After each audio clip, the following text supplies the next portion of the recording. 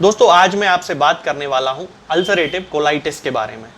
ये एक ऐसी बीमारी है दोस्तों जिसके कारण भारत में बहुत सारे लोग प्रभावित देखे जाते हैं या उनमें बहुत सारे ऐसे सिम्टम्स देखे जाते हैं जो कि अल्सरेटिव कोलाइटिस को इंडिकेट करते हैं। तो आज मैं उन्हीं सारे सिम्टम्स के बारे में आपसे बात करूंगा। मैं आपको बताऊंगा कि अल्सरेटिव कोलाइटिस क्या होता है, कैसे डेवलप होता है और अल्सरेटिव कोलाइटिस में हमें किन किन चीजों को खाने में अवॉइड करना चाहिए। तो चलिए दोस्तों शुरू करते हैं।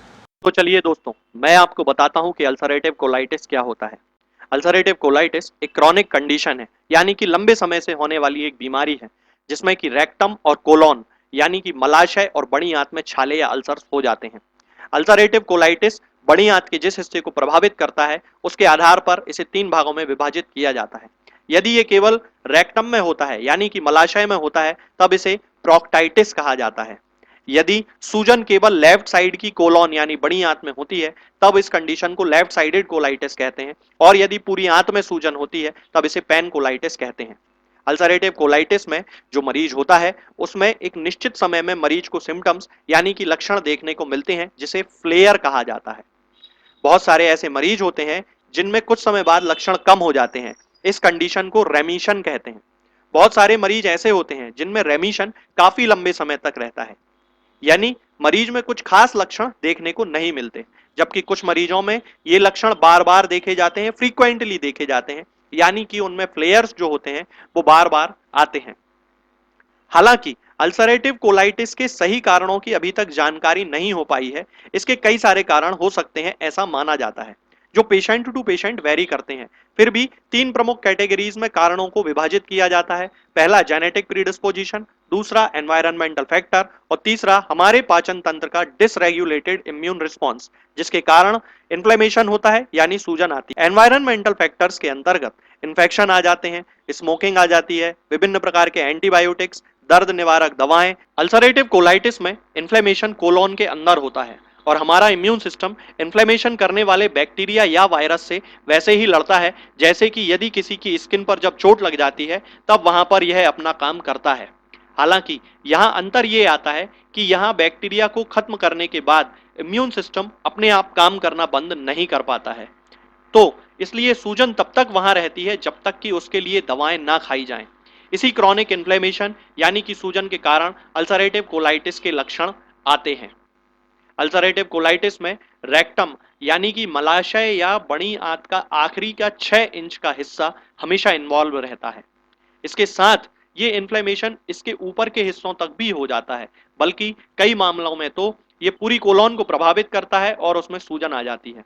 लगभग 50% लोगों में डायग्नोसिस के समय पूरी कोलोन इन्वॉल्व नहीं होती, पर समय जैसे जैसे बीतता जाता है वैसे वैसे ये सूजन बढ़ती जाती है और उसके कारण नए नए लक्षण देखने में आते जाते हैं। इसके लक्षणों में सबसे ज्यादा रेक्टम के इन्फ्लेमेशन के साथ ही देखे जाते हैं, यानी कि रेक्टम में इन्फ्लेमेशन के कारण देखे जाते हैं। जब रेक्टम यानी मलाशय में सूजन होती है तब ये मल को होल्ड नहीं कर पाता, गैस और लिक्विड में अंतर नहीं कर पाता और इसके कारण मरीजों को बार बार लेटरिन जाने की यानी कि फ्रेश होने की इच्छा होती रहती है। इसके अलावा छोटे छोटे स्टूल होना, बार बार होना, सुस्ती रहती है, थकान रहती है, नींद आती रहती है, यहां तक कि कभी कभी फीवर आ जाता है। अब चूंकि रेक्टम हमेशा इन्वॉल्व रहता है इसलिए लक्षणों के आधार पर यह पता नहीं चलता कि बड़ी आंत के कितने हिस्से में सूजन है। बड़ी आंत के कारण आए इन लक्षणों के साथ साथ अल्सरेटिव कोलाइटिस का प्रभाव शरीर के दूसरे हिस्सों में भी पड़ता है, जैसे कि जोड़ों में दर्द होने लगता है, लीवर में सूजन आ जाती है, हड्डियां कमजोर होने लगती हैं, त्वचा में इन्फेक्शन होने लगते हैं, आंखों की बीमारियां होती हैं और मुंह में छाले होने लगते हैं और खून की कमी हो जाती है। दोस्तों जिन लोगों को अल्सरेटिव कोलाइटिस की शिकायत होती है उन्हें अल्कोहल का सेवन नहीं करना चाहिए, क्योंकि ये आपके इंटेस्टाइन को ट्रिगर कर सकता है जिसके कारण आपको डायरिया की शिकायत हो सकती है। इसके अलावा जो लोग कॉफ़ी और चाय बहुत ज़्यादा पीते हैं उन्हें भी इसको अवॉइड करना चाहिए, क्योंकि इसके अंदर कैफीन पाया जाता है जो कि एक स्टिमुलेंट की तरह काम करता है और कोलोन के मूवमेंट को बढ़ा देता है, जिसके कारण आपको बार बार फ्रेश होने जाना पड़ सकता है। जिन्हें डेयरी प्रोडक्ट्स से प्रॉब्लम होती है उन्हें भी इसको अवॉइड करना चाहिए, खास तौर से वे लोग जिन्हें लैक्टोज इंटॉलरेंस की शिकायत होती है।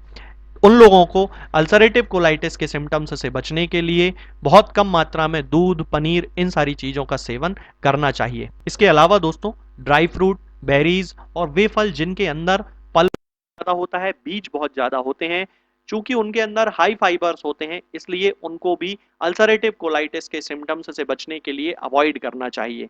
वे खाद्य पदार्थ जिनमें कि सल्फर और सल्फेट जैसे कंटेन्स होते हैं उनको भी अवॉइड करना चाहिए, जैसे कि बियर हो सकता है, वाइन हो सकती है, कुछ जूसेस होते हैं, डेयरी मिल्क होता है, एग्स होते हैं, चीज होते हैं, इन सारी चीजों को अवॉइड करना चाहिए। इसके अलावा दोस्तों जिन लोगों को अल्सरेटिव कोलाइटिस की शिकायत होती है उन्हें मांस का सेवन भी नहीं करना चाहिए, क्योंकि मांस खाने से उन्हें अल्सरेटिव कोलाइटिस के सिम्टम्स में बढ़ोतरी हो सकती है। इसके अलावा उसके अंदर जो एक्स्ट्रा फैट पाया जाता है वो हो सकता है कि आपकी बॉडी में पूरी तरह एब्जॉर्ब ना हो, जिसके कारण आपके सिम्टम्स जो हैं वो ज्यादा खराब हो सकते हैं।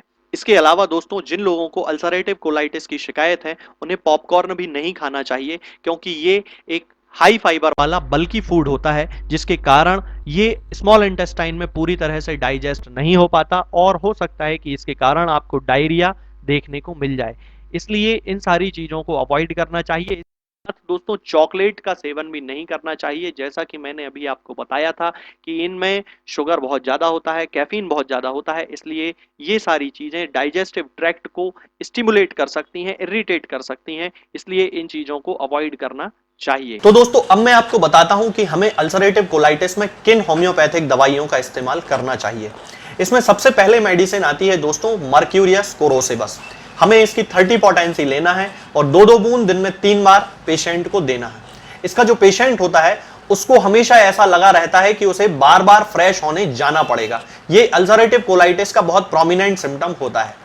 इसके अलावा इनके जो पेशेंट होते हैं उनके पेट में क्रैम्पिंग पेन होता रहता है, मरोड़ जैसा दर्द होता रहता है, कंटिन्यू टेनेस्मस होती रहती है, यानी कि स्टिकी स्टूल होता है, डिसेंट्री जैसा होता है ना। डिसेंट्री का मतलब होता है कि म्यूकस निकलता है और चिपचिपा स्टूल निकलता है थोड़ा थोड़ा करके, और स्टूल जो है वो रिसीड कर जाता है, मतलब थोड़ा सा स्टूल पास आउट होगा, थोड़ा सा मल उनका बाहर निकलेगा और उसके बाद मल जो है वो वापस चला जाता है। तो ये जो सिम्टम होता है दोस्तों ये बहुत ही प्रोमिनेंट सिम्टम होता है मर्क्यूरियस कोरोसिबस में।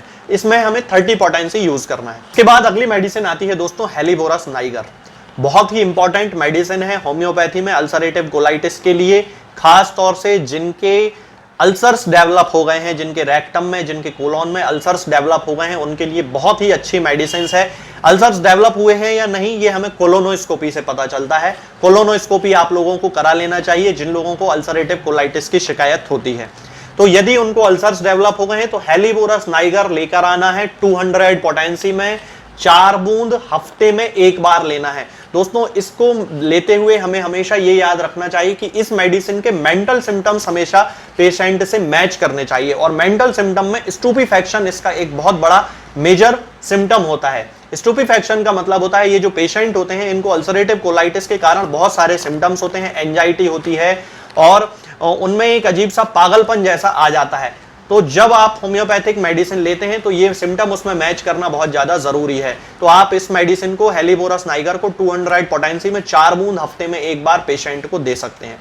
इसके बाद तीसरे नंबर पर जो मेडिसिन आती है दोस्तों वो होती है नक्स वोमिका। वे पेशेंट जिनमें की सिडेंटरी लाइफस्टाइल जीने की आदत होती है, जो लोग नॉन वेज का बहुत ज्यादा सेवन करते हैं, अल्कोहल का बहुत ज्यादा सेवन करते हैं और स्मोकिंग बहुत ज्यादा करते हैं, उन लोगों में यदि अल्सरेटिव कोलाइटिस के सिम्टम्स देखने में मिलते हैं तब उन्हें नक्स वोमिका 200 पोटेंसी में यूज करना चाहिए। शाम को 1 बार 4 बूंद सोते समय इसकी सीधे टंग पे रख लेना चाहिए। खास तौर से उन लोगों को जिन लोगों में जो कि आईटी प्रोफेशनल्स हैं, जो कि बैठे बैठे काम करते रहते हैं, जो लोग सेडेंटरी लाइफस्टाइल जीते हैं, उनमें अल्सरेटिव कोलाइटिस के केसेस में ये मेडिसिन नक्स वोमिका बहुत ही ज्यादा हेल्प करती है। इसके बाद अगली मेडिसिन आती है दोस्तों आसाराम यूरोपियम। ये एक बहुत ही अच्छी मेडिसिन है, बहुत ही प्रोमिनेंट मेडिसिन है। बहुत सारे डॉक्टर्स इसके बारे में नहीं जानते हैं, इसलिए इसका यूज लोगों को अभी नहीं पता है कि ये अल्सरेटिव कोलाइटिस में पेशेंट की कितनी ज्यादा हेल्प कर सकती है। तो जिन लोगों को अल्सरेटिव कोलाइटिस के केसेस में स्टिकी स्टूल आता है, बहुत सारे लोग आपने देखे होंगे कि जिनका स्टूल जो है वो टॉयलेट सीट पर चिपक जाता है, उन लोगों को आसाराम यूरोपियम का यूज करना चाहिए। जिन लोगों के स्टूल के साथ म्यूकस आता है, फसूकर, सफेद फसूकर जैसा पदार्थ निकलता है, उन लोगों को आसाराम यूरोपियम का यूज करना चाहिए 30 पोटेंसी में, 2-2 बूंद दिन में 3 बार कंटिन्यू 2-3 महीने इसका उपयोग करना चाहिए। इनका जो शरीर होता है वो एकदम चिली होता है, ठंडा शरीर होता है। तो जिन लोगों का ये सिम्टम हो कि उनका स्टूल एकदम स्टिकी है, म्यूकस के साथ है, उन लोगों को आसाराम यूरोपियम 30 पोटेंसी में 2-2 बूंद दिन में 3 बार जरूर देना चाहिए। इसके बाद अगली मेडिसिन आती है दोस्तों नेट्रम सल्फ। जिन लोगों में अल्सरेटिव कोलाइटिस के कारण उनके सिम्टम्स इतने ज्यादा सिवियर हो चुके हैं कि उसका असर लीवर और गाल ब्लैडर पे पड़ने लगा है, लिवर में फैटी लिवर डेवलप हो गया है, गाल ब्लैडर में इन्फ्लेमेशन आ गया है, कॉमन बाइल डक्ट में इन्फ्लेमेशन आ गया है, स्टोन डेवलप होने लगे हैं, उन लोगों के लिए नेट्रम सल्फ बहुत अच्छे मेडिसिन है। इसे हमें 200 पोटेंसी में यूज करना है, 2-2 बूंद दिन में 3 बार। तो दोस्तों ये जो सारी दवाएं हैं सिम्टम्स के बेसिस पे मैच करना है, सभी दवाएं एक साथ नहीं लेना है। मैं यहां पर रिपीट कर रहा हूं अपनी बात को कि ये जो सारी दवाएं मैंने आपको बताई हैं, helleborus niger, merc sol, mercurius corrosivus, asarum europaeum, nux vomica और नेट्रम सल्फ, ये मेडिसिन केवल सिम्टम्स से मैच करके ही लेना है। यदि ये आपके शरीर के सिम्टम्स से मैच करती हैं तब आप इनको लें, आपको रिजल्ट जरूर मिलेंगे।